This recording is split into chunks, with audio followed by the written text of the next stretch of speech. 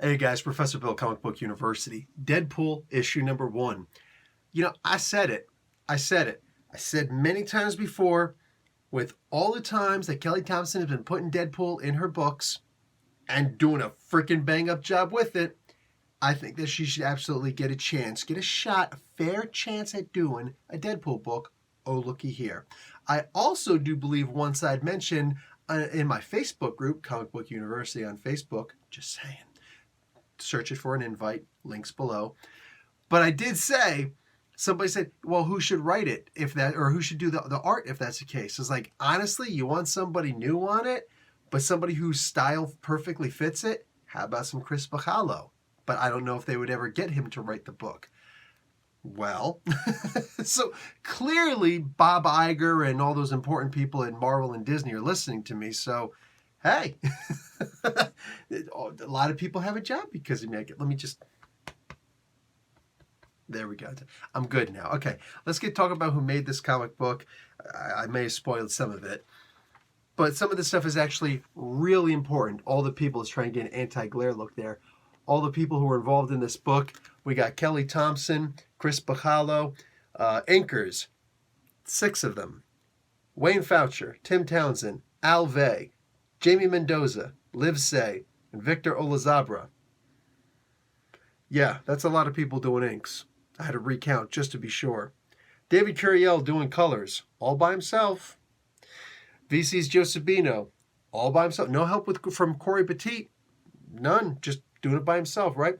Cover art, Chris Mahalo and Tim Townsend. A whole bunch of variant cover people. Nick Russell doing that logo design. How you doing with the crown? And Carlos Lau doing the production design. This was a good book, man. This was a good book. I did have 2 problems with the book. Let's get into all that stuff now. I'm not going to be doing 5 things about. I'm just going to be talking about the book in general. Check this out. The writing for Deadpool, fantastic, as I expected it to be. That was not even a question. Scenes. There were 3 major acts in this book. The acts themselves had me going. There were moments where I was laughing. There were scenes where I was even, almost crying. We're going to get to that in a little bit. That's going to be fairly important. But really good emotional depth for the 3 different acts here, the 3 different scenes, right? Where did I have a problem? The transition from one act to another. So 3 major scenes, awesome. 2 transitions. Yeah, I kind of started to wonder where the book was going. It was while reading the second transition where I'm like, I get it. The book's about to do a turning point right now, right? Okay, not a problem. Not that big of a problem. It slows the book down. I'm not usually a fan of that, but that being said, it didn't kill the book. Just, it kind of slowed down what was otherwise a really greatly paced story. Now, you may be asking, but Professor, you clearly had some problem with 6 inkers on there. What's up with that? Did you not like the art? Well, ne vous inquiétez pas, mon amour. Yeah, I really didn't like the art. It wasn't bad. There were some good parts in this, okay? Wow, the work in here, Chris Mahalo is legendary. And the way that he can draw all the different kinds of scenes that are necessary for him, creating brand new creatures out of nowhere. This, the range this guy has is impressive. Here's the problem. When you're flipping through the book, and you, the artist is, where they tell you who's on this, okay, is at the end of the book. And as you're flipping through the book, you're reading each panel, you're looking at all the art, and you're clearly able to tell too many cooks in the kitchen in the art department here. Not cool. And you get to the back, and sure enough, it's verified. That's an issue. I don't know what the problem is. I don't know why there had to be so many inks on this. None of them necessarily did a bad job. But it was way too obvious to me that there were multiple inkers on this because the styles were noticeably different. Oh, that's just crushing. That is crushing. I remember with Ariel and Dido, a guy who usually does his own inks, right? In one of his books, I'm trying to remember which one it was. Oh, it was one of the Swordmaster books, issue number 2, I think it was, where I could clearly tell the inks just were not his, and it wasn't a good compliment. You have to find people, and for somebody who's been in this business for as long as Chris Mahalo, you got to know who's good and who's not great on the inks here. I don't know who did what. They didn't explain that, but I do know that some of this just, whether some of it fit or didn't, the idea of having 6 people doing this, like, come on, man. I don't know what this was, like some kind of an inking sweatshop. Like, this was just weird. It was weird enough for me to be talking about this for like 2-3 minutes, right? This was just a bit much for me. Anyway, literally only those 2 problems with the book. Good things about the book, well, Kelly Thompson is able to write certain characters better than others, all right? And that's not to say that the others aren't great. It's just that the certain ones are amazing. None shine more than Elsa Deadpool. You know, with what happened in the book, that might actually be a thing. Elsa Bloodstone, all right? There's a joke in here about, don't eat her. It's just going to taste like silicone. And then when she's laying on top of him and purposefully rubbing up on him a little bit, like, I'm just saying I loves me some flirty women. When she's like rubbing up against him and she makes that mention, it's like a Seinfeld reference. Remember that one episode? The chick, they didn't know if they were real or not. And at the end, the thing that she says at the end, there's kind of one of those moments here because she's like, just so you know, there is nothing silicone in this body. And I'm just like, how. You remember Lenny and Squeaky from Laverne and Shirley? No, I'm the only old person here. That's fine. Anyway, I'm just like, oh.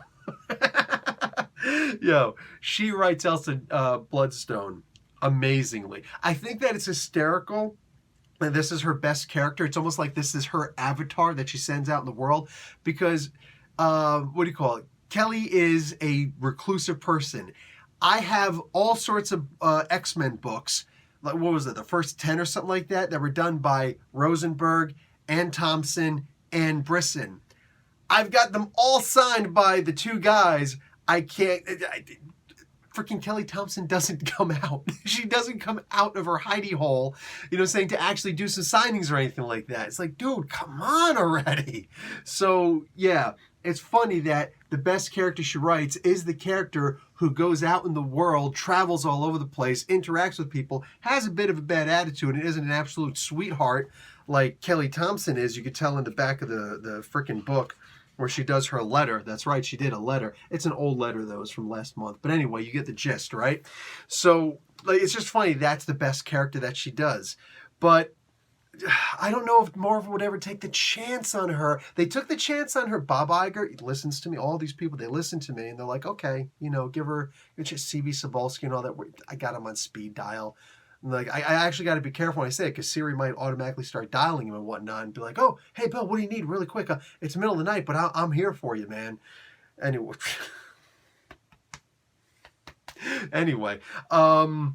Yeah, they did it with Deadpool. They put her on Deadpool, which, yay me, but yay, all right? They put Chris Bacalo on here. Yay, all right? Will they actually give her an Elsa Bloodstone book? I don't know, but we can hope, right? Now, there was a really sad scene in here with Gwenpool. She comes in and she's just like, dude, heartbreaking story and stuff like that. It was really sad. But then...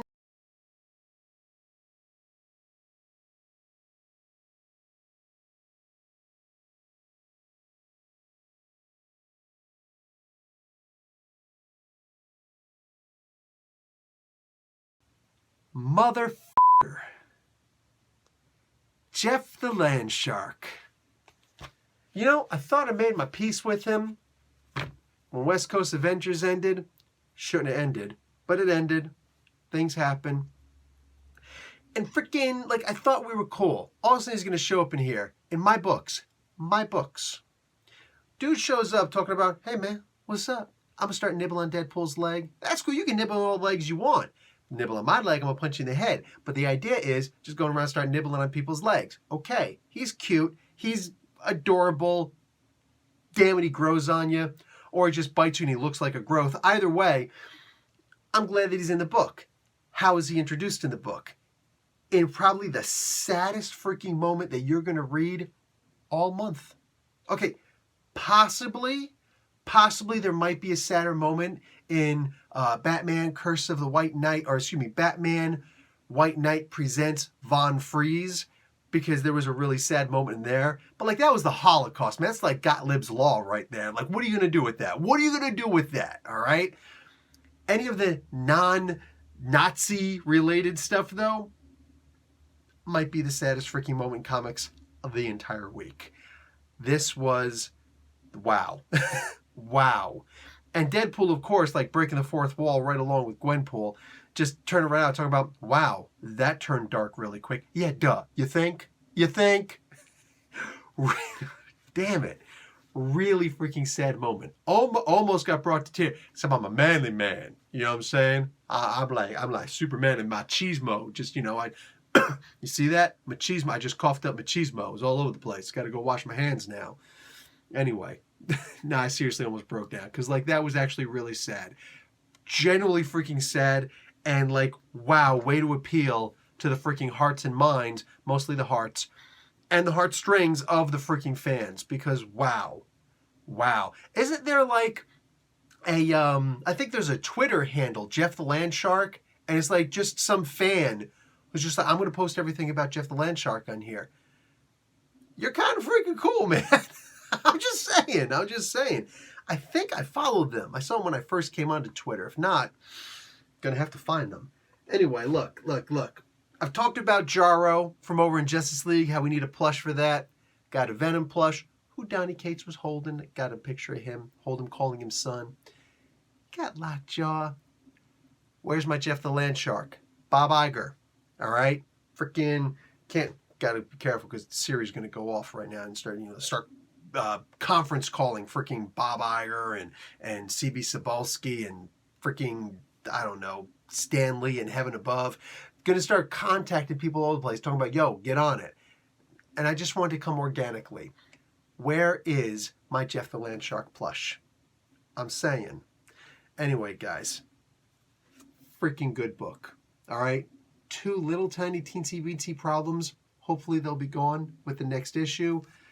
And may this comic book live a long time, because Jeff the Land Shark, at the very least, needs a home. And here's hoping we get an Elsa Bloodstone by Kelly Thompson. We'll see. Anyway, guys, I'm out. Oh, and who should we have writing that book? Let me know. I'll make some calls. Professor Bill, Comic Book University. Class dismissed.